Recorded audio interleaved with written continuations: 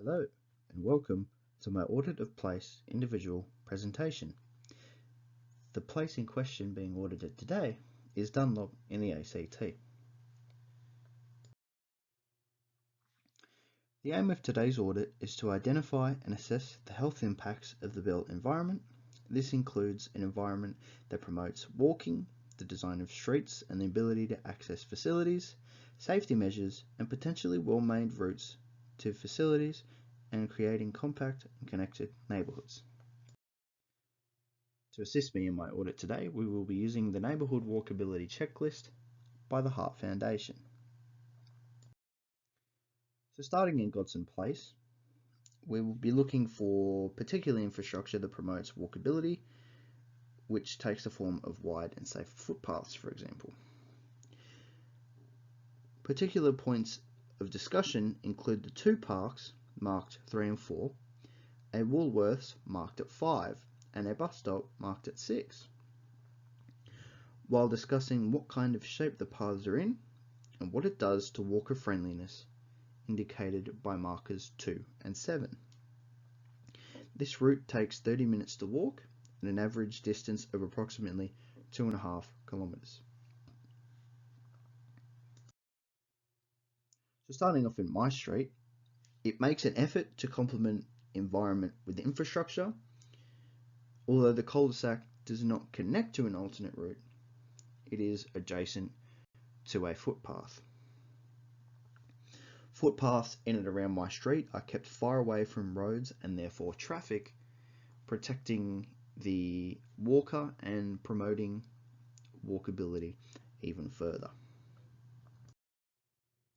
Here along this sidewalk, street lights, stormwater drains, and natural shade all highlight this path. While not the case in all paths on this walk, this path is large enough to accommodate prams, bikes, and walking.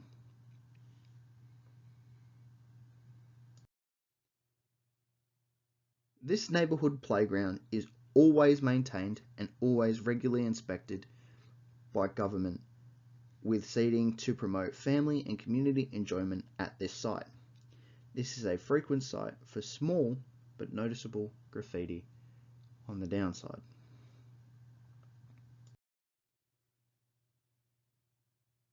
With the Dunlop Shops playground, the crossing on the far right picture is wider than expected, making for a safe distance if caught by oncoming traffic in the walker's direction.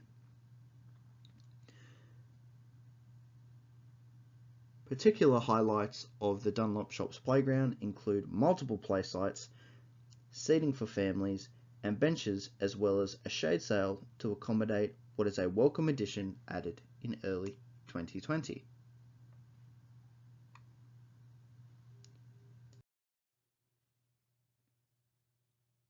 The Dunlop Woolworths in this area acts as a hub for all housing within 20 minutes of it.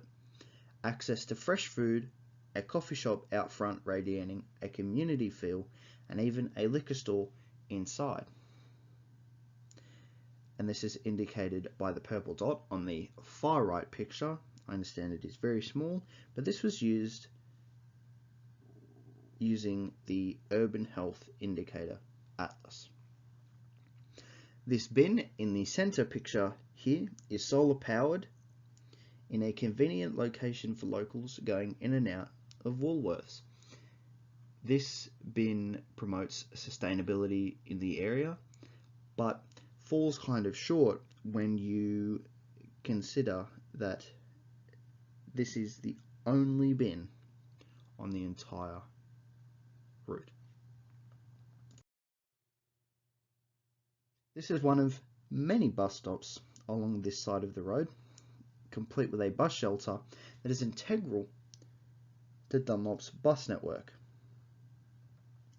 The path leading to the bus stop is poorly maintained, however, with cracks, and after rain opens up to create a hazardous walking track.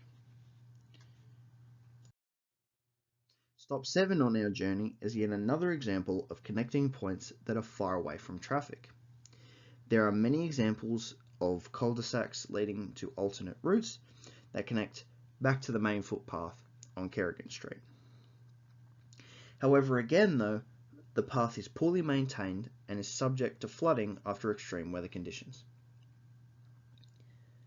Also, litter is a common occurrence. So how did we go? From Godson Place and back in a loop, this is a common walking trail for people, myself included, for enjoyment and activity. There are also bus stops along the route if people felt the need to use the paths for transport. This audit was completed at 9 AM in the morning, and I did not need to use a walking stick or a walking aid along my journey. As there are more playgrounds than parks really, but there are no points to catch a walker's eye on this route. A community garden could enhance the food environment in the area and encourage community participation activities. Installing multiple dog litter / casual litter bins would benefit the environment surrounding playgrounds and would encourage dog walking and planning for future dog parks, because it is to be noted that there is not even a disposal bin on this walk for approximately 1.5 kilometres.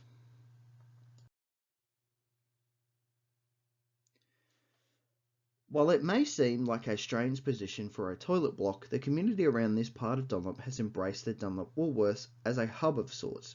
There is no site for any toilet block or water fountain on the entire 2.5 kilometre route. The community would benefit off having readily available fresh drinking water in the area through the use of a water fountain, especially next to a playground there at Woolworths.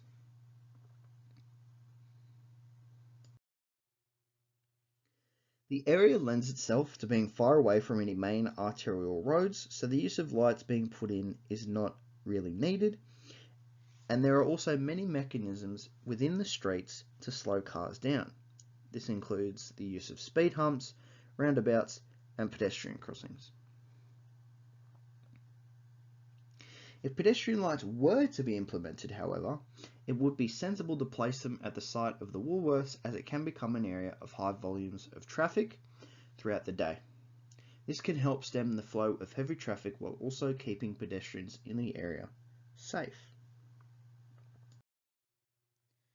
This route links various transport choices together, whether that be cars or buses on the main Kerrigan Street, or the various shared and secluded walking and bike paths. At no point in the walk is there any connection to a library, working or sporting facilities, or even a school. There is a large area of quote-unquote dead green space not being utilised next to the Woolworths for a community project, but fears may arise that the area becomes less breathable or walkable, so in turn this green space may be left unutilised.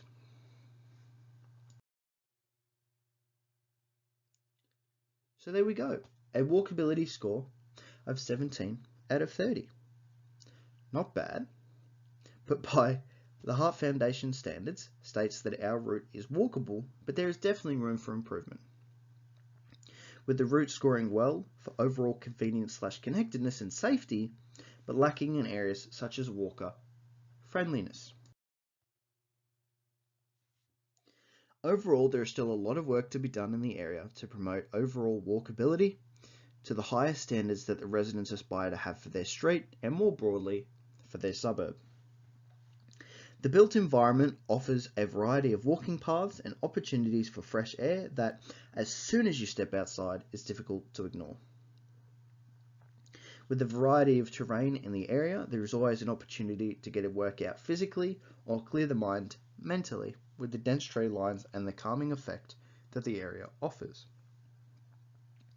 Dunlop has an easily accessible environment that promotes walkability with an abundance of natural shade and a route that complements the natural environment with carefully deliberated built infrastructure, deliberately focusing on the health of the people who live in that area. Footpaths are seen in all shapes and sizes, and while they cater to most, other path spaces may feel cramped and difficult to share the space of the pavement.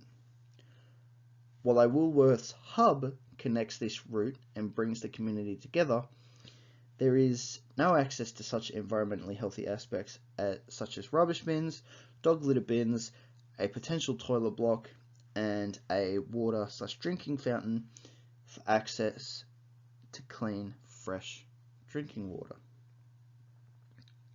There are many instances, poor and well maintained, of footpath management promoting safety. While all routes walked here are all connected to the hub of Woolworths, the quality of these routes need to be constantly looked after, as these supervisions create a high sense of walkability and comfortability. The community aspect of this part of Dunlop must be considered as a strength in future developments in the area.